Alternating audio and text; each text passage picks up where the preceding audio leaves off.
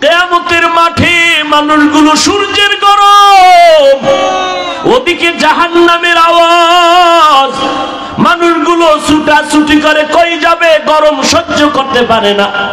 যেই মুসলমান অহংকারীটা নজর করে দেখে হাসরের মাঠের এক পাশে একটা সুন্দর বিল্ডিং দেখা যায়, সূর্যের গরম থেকে আত্মরক্ষার জন্য দৌড়াইয়া বিল্ডিং এর কিনারায় হাজির, গিয়া কয় দারোয়ান তালা লাগাইছো কেন, দরজাটা খোল, আমি একটু ভেতরে ঢুকে আরাম করবো, আমি সহ্য করতে পারি না গরম। দারোয়ান কয় এই বিল্ডিং তোমার না, দেখছনি নাম লেখা আছে? কয় জানি না, বুঝি না, কার নাম? কয় আল্লাহর পথে গরিবের যারা সাহায্য করবে তাদের জন্য এই বিল্ডিং।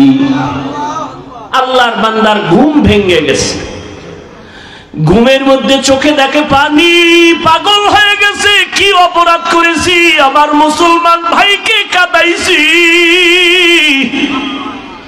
এইবার সকাল বেলাই হলে দৌড় দিব, সকাল হতে না হতে একটা দৌড় দিয়া মুসলমানের বাড়ির দরজায় গিয়া কয় ভাই আমারে মাফ কইরা দে, তোর ইফতারি হইছিল নি? কয় হইছে। কে টাকা দিছে? কয় তোমার জানিয়া লাভ নাই। কয় দিছে কে একটু বল? কয় ওই এলাকার এক বিধর্মী আমারে দিছে। এইবার কয় আমারে মাফ কর। আমি কি মাফ করবো, আমার তো ইফতারি হয়ে গেছে।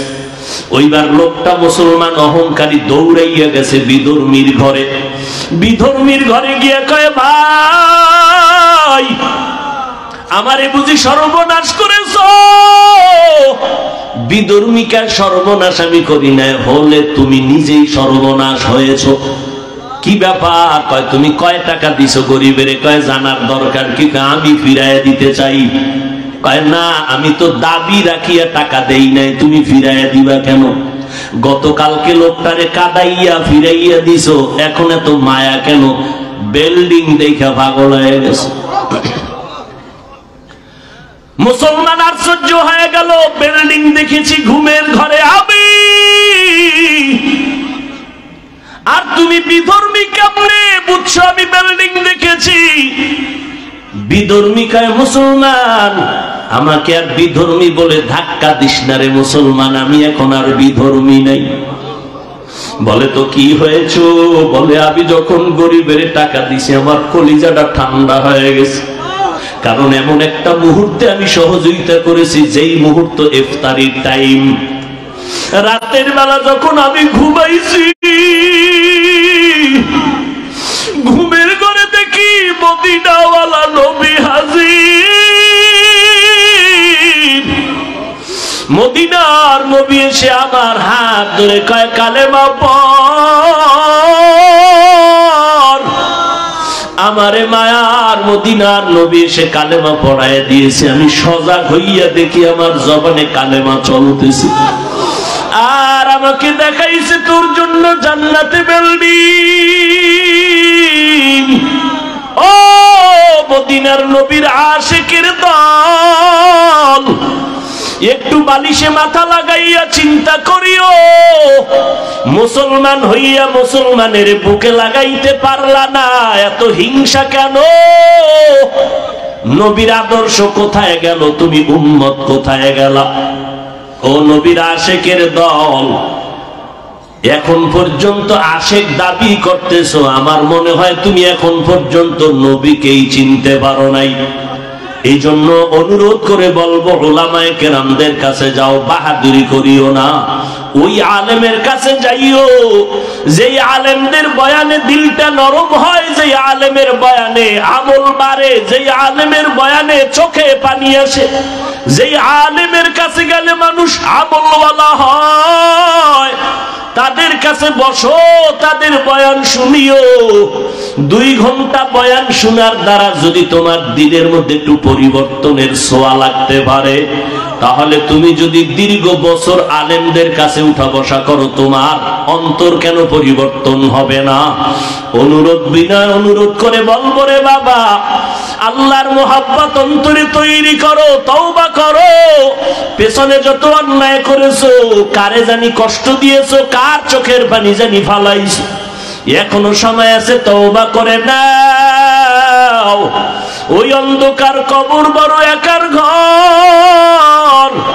ওই কবরে আমি বক্তা, আমি মাওলানা, কোনো প্রশ্ন করা হবে না। ওই সাদা কাপড় যখন পরাইবে আমার গায়ের জামাটা পর্যন্ত বেলেট দিয়া কেটে কেটে আমার আপনজনেরা রেখে দিবে। ওই কবরে যদি জবাব দিতে পারি আমার রব আল্লাহ, আমার ধর্ম ইসলাম, আমার নবী মুহাম্মদ, তো জান্নাত পাবো।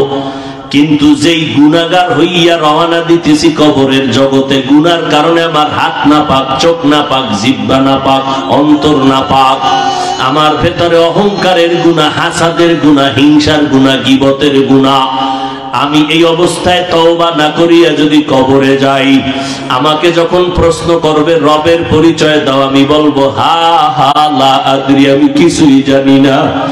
আমাকে যখন প্রশ্ন করবে ধর্মের পরিচয় দাও, আমি বলবো হা হা লা আদরি, আমি কিছুই জানি না। আমাকে যখন নবীর দেখায় বলবে চিনো, আমি তো নবীর সুন্নাত অনুযায়ী চলতে পারি নাই। আমার চুলের মধ্যে নবীর আদর্শ নাই, দাড়ির মধ্যে আদর্শ নাই, পোশাকের মধ্যে মদিনার আদর্শ নাই, নখ কাটার মধ্যে নবীর আদর্শ নাই, জুতা পরার মধ্যে নবীর আদর্শ নাই, খানার মধ্যে নবীর আদর্শ নাই, ব্যবসায় নবীর আদর্শ নাই। সুদ খাইয়া ঘুষ খাইয়া বেপরদায় চলে গালাগালি করে গীবত করে জীবনটা নষ্ট করে ফেলতেছি। এই অবস্থায় কবরে গেলে নবীরে দেখিয়ে তো বলবো হা হা লা আদরি, আমি কিছুই জানি না। আল্লাহর নবী বলেন সাথে সাথে আমার আল্লাহ অর্ডার দিবে, গাইবি আওয়াজ দিয়া বলবে ফেরেশতারা এই নাফরমানের জিজ্ঞাসা করার দরকার নাই, ওকে ধর। এই নাফরমানের দুনিয়াতে আমি আল্লাহ কম সুযোগ দেই নাই। আমার দেওয়া পানি, আমার দেওয়া বাতাস, আমার দেওয়া সূর্যের আলো, চাঁদের আলো, আমার দেওয়া গাছের ফল, জমিনের ফসল, নদীর মাছ খাইয়া একবারও আলহামদুলিল্লাহ বলে নাই। আলেম ওলামারা পায়ে ধরে ধরে নামাজের কথা বলতে এক ওয়াক্ত নামাজ পড়ে নাই, বরং বিরোধিতা করেছে। এখন আর দেরি না করিয়া এই নাফরমানের কবরে জাহান্নামের বিছানাটা দাও, জাহান্নামের সাথে রাস্তা বানায় দাও। আল্লাহর নবী বলেন আল্লাহ রাগান্বিত হইয়া সে একবারে বলবে ও কবরের মাটি, এই গুনাহগারের দুই পার্শ্ব থেকে জোরে জোরে চাপ দাও। ও আল্লাহর বান্দার একটা মশার কামড় সইতে পারি না, দুনিয়ার গরম সইতে পারি না, কবরের মাটির চাপ কেমনে সহ্য করবারে বাবা। ও যুবকেরা পায়ে হাত রেখে বলি স্কুলে পড়ো, কলেজে পড়ো, চাকরি করো, বাধা নাই, নামাজটা ছাড়িও না, মা বাবার সাথে বেয়াদবি করবা না, ওলামায়ে কেরামের বিরোধিতা করে গুনাহগার হবা না, একে অপরের আপন বানাইয়া দোয়া নিয়া চলো, মুসলমান মুসলমান ভাই ভাই হইয়া চলো, হিংসা অন্তর থেকে দূর করে দাও। পেছনে যদি অপরাধ করিয়েই থাকো আজকে থেকে তওবা করো, আর নামাজ ছাড়বা না। আমার মাওলাকে মন দিয়া মনে মনে তওবা করো আর ডাকো হে মালিক। এই ময়দানে মনে হয় আমার মতো গুনাহগার কেউ নাই, আমারে কত সম্মানের চেয়ার দিয়া বসাইছে, যদি জানতো আমি কত বড় গুনাহগার আমাকে কেউ চেয়ারে বসাইতো না। আমার মা, আমার বাবা, আমার স্ত্রী যদি জানতো আমি কত বড় অপরাধী আমারে আর আপন বলে মোহাব্বত করতো না।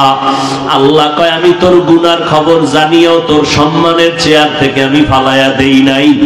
আমি জানার পরেও গুনার কারণে রাগ করিয়া পানি মাছ বন্ধ করি নাই, খানা বন্ধ করি নাই।